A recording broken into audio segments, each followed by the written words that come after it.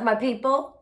Today we are talking about narcissistic gaslighting. We are gonna dive in, we're gonna figure out what it is and why it happens, and we're gonna get you on the road to recovery. So while you're here, like and subscribe, drop me a comment. I love hearing from you. I'm so close to 1,000 subscribers. So if you could subscribe, it would make my life better. Let's do this.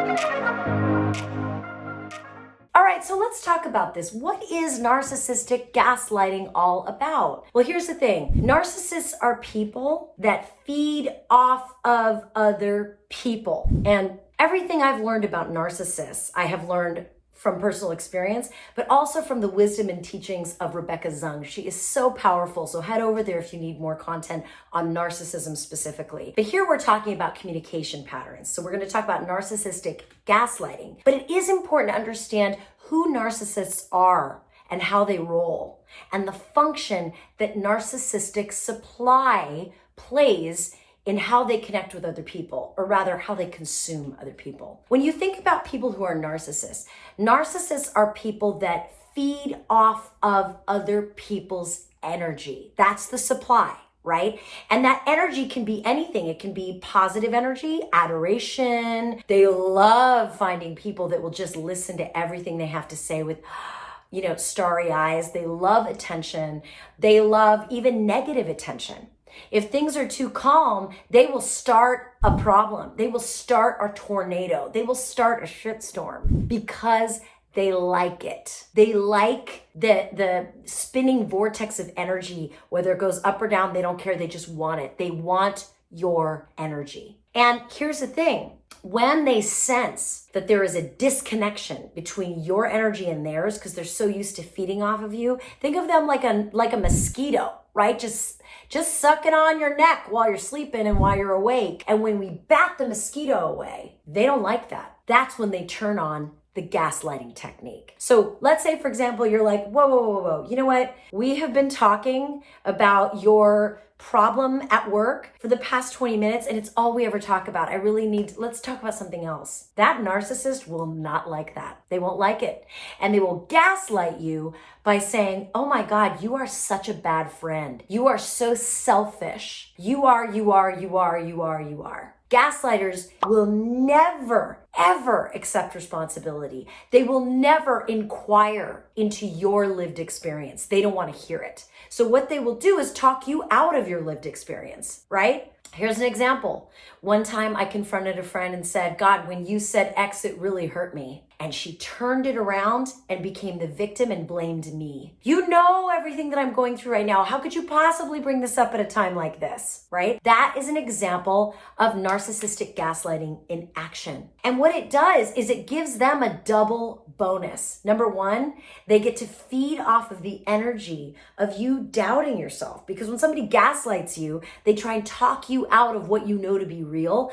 And it causes this incredible confusion where you're like, oh God, maybe I am a bad friend. Maybe I am being selfish. And they love it. They love it. It reminds me of what my dad used to say. He said, honey, never wrestle with a pig because you both get dirty and the pig loves it. So in a sense, if they can gaslight you and feed off of your confusion and self-doubt and all those things, they're getting their charge again, right? They are connecting. So so if you're being gaslit that way and they're calling you selfish and they're calling you a bad friend and all those things, resist the temptation to doubt yourself. Just roll your shoulders back, breathe in, get grounded, let them finish their victim narrative, and then call them back to the original problem.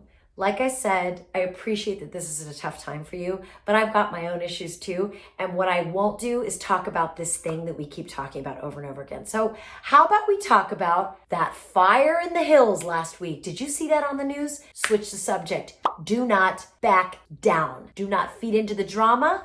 If they have tears, let them cry, honey. Call them back and remind them of the task at hand, which is you getting your needs met. And that's the other thing about narcissistic gaslighters. They don't want to meet your needs. They don't want to acknowledge that you even have needs. So when you articulate what your needs are, they're going to talk you out of it. They're going to talk you out of the fact that you even have needs, right? So you have to be prepared. One of the most powerful things you can do in this life is spot those patterns. Who in your life right now, who tries to talk you out of the way you feel? And that is different from someone saying, explain to me how you're feeling, I don't understand. That's not gaslighting. That's someone who just literally doesn't know and needs help. Maybe they're not the most empathetic person and they need more information before they can feel empathetic, right? But think about it. Who talks you out of the way you feel? Who turns around and makes it the victim every time you confront them? Who? It could be a boss, it could be a coworker, it could be a spouse, it could be a partner, it could be a boyfriend, a girlfriend, whatever it is. You've got to be in reality about the realness of what that relationship is, because here's what I want you to know. Relationships with narcissists who use gaslighting are relationships that are unsustainable. They are not sustainable. Either they will consume you until there's none of you left anymore and you are a shell of a human being, or they'll leave you, right? Or you'll leave them. But make no mistake, jobs that are built, like job relationships, when we report to someone who's a narcissistic gaslighter or they're a direct report of ours, they will burn us out or the relationship will end in flames. The reason I'm telling you this is because I don't want you to use this video as a way to limp along in the relationship, trying to put a Band-Aid on a hemorrhaging wound. The goal is to stand up to narcissists, to stop them from gaslighting you so that you can put some distance between you and the gaslighter or end that relationship altogether. This is not designed for you to stay in that relationship for long periods of time. Now, if the narcissistic gaslighter is in your family and you can't jettison them forever, I get it. You've got to find ways to minimize the exposure. Limit the amount of time you spend with them. Limit the amount of your heart space you give to them, even if it's a parent, even if it's a child, because here's the thing. You are here for a reason. You were born with gifts and talents and things you're here to give the world.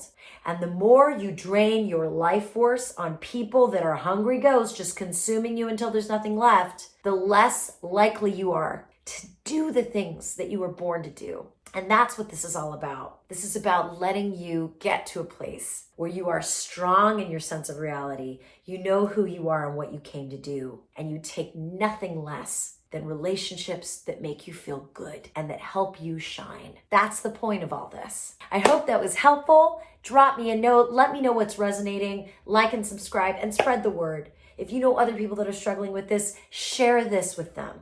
If there's someone you know that needs encouragement, share this with them. And as always, shine on. We need your light.